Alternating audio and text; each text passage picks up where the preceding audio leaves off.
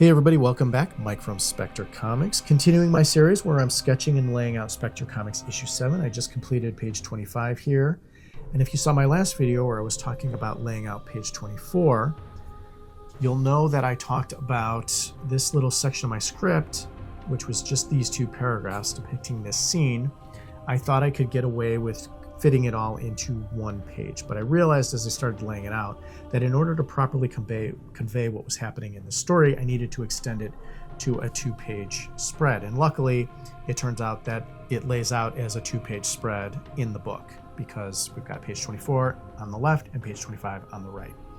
What I want to talk about in this video is visualizing what you're going to show in each panel, because it's much easier to draw what you want to show in each panel if you can visualize it in your head. So basically what I want to do is I want to take you through the story of this scene, which again is just this 2 pages. From the beginning to the end, I wanted to talk about just the story and then how to convert that into what we see on these pages in each panel.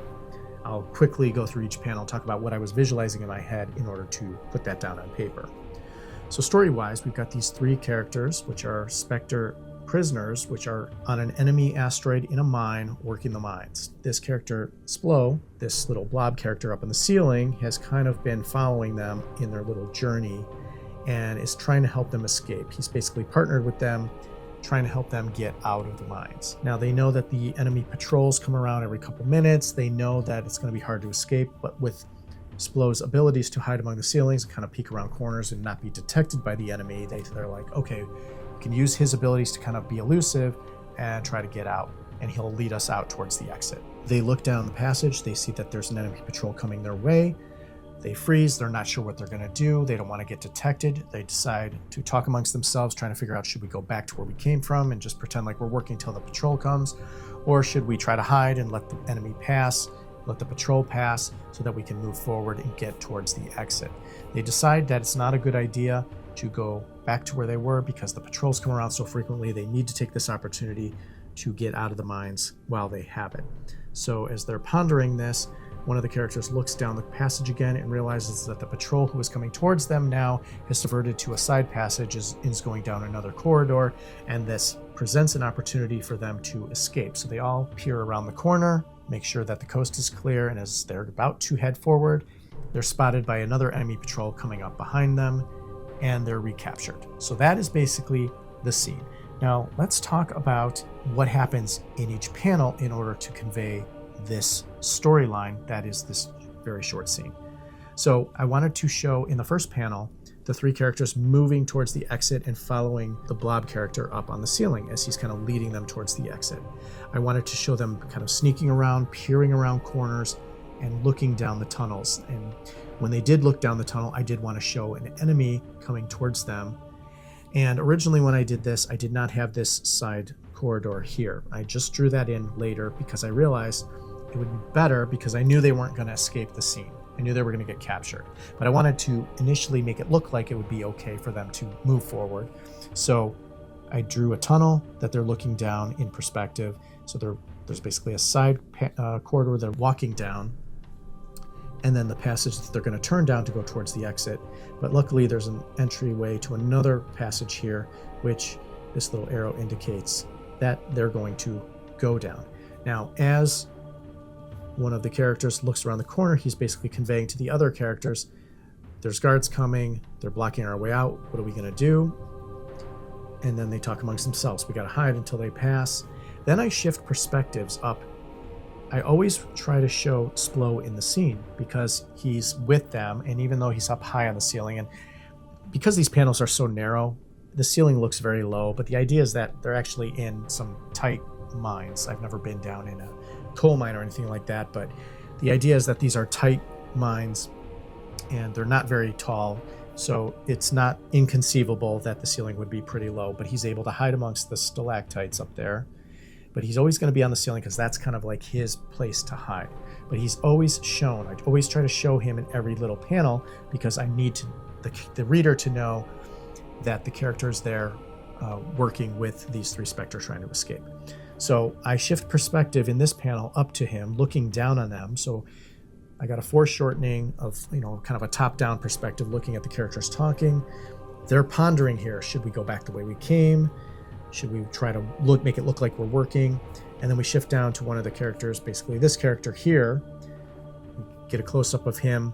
The nice thing about these close-ups, though, is that I don't have to show a lot of background when you have a close-up.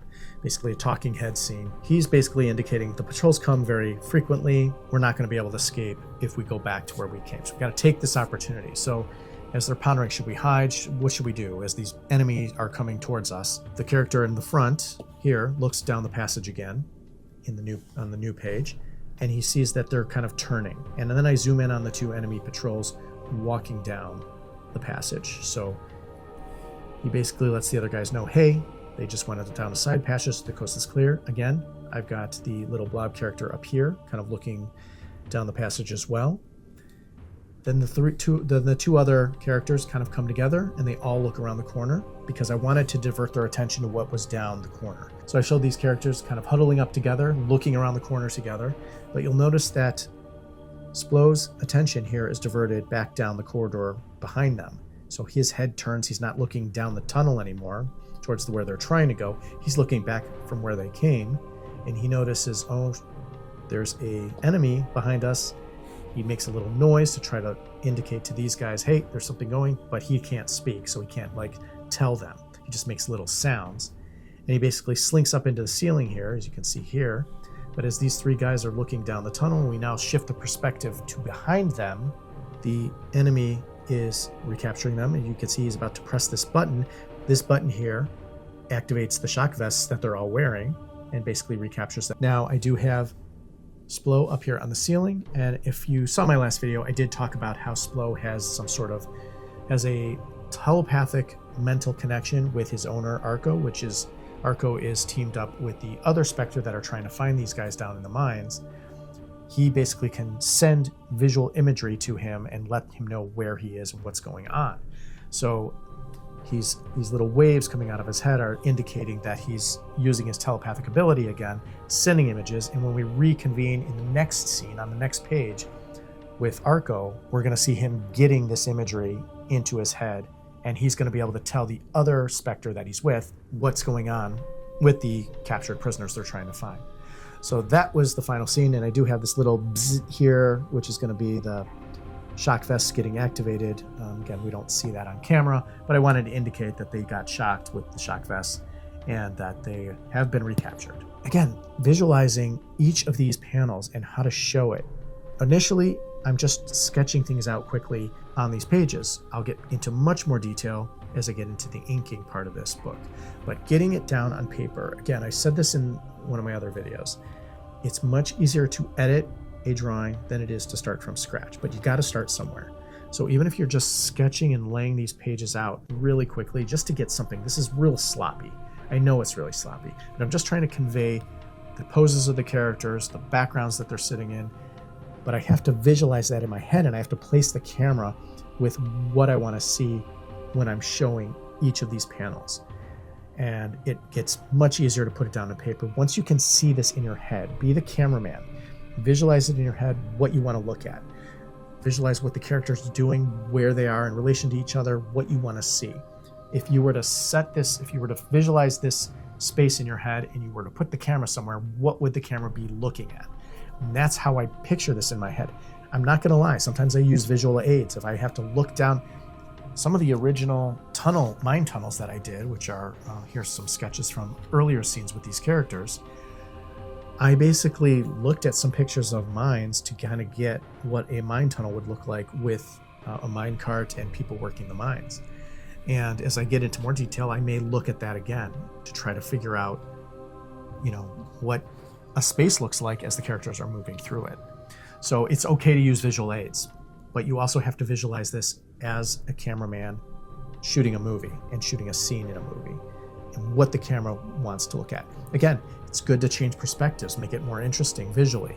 That's why I have this panel here where they're shifting perspective up and looking down on the characters, because I'm changing perspective not only of the camera, but of whose focus it is. It's Splo's focus that we're looking through what he would be seeing if he was up on the ceiling. That is what I wanted to talk about in this video. Hope you found it interesting. Go ahead and like the video, subscribe to my channel. There'll be more videos like this to come. I still have about 7 or 8 more pages to go to finish this comic. So we'll be sketching all the pages and talking about some sort of topic with each one of these videos. So thank you for watching. We'll see you next time. Have a great day.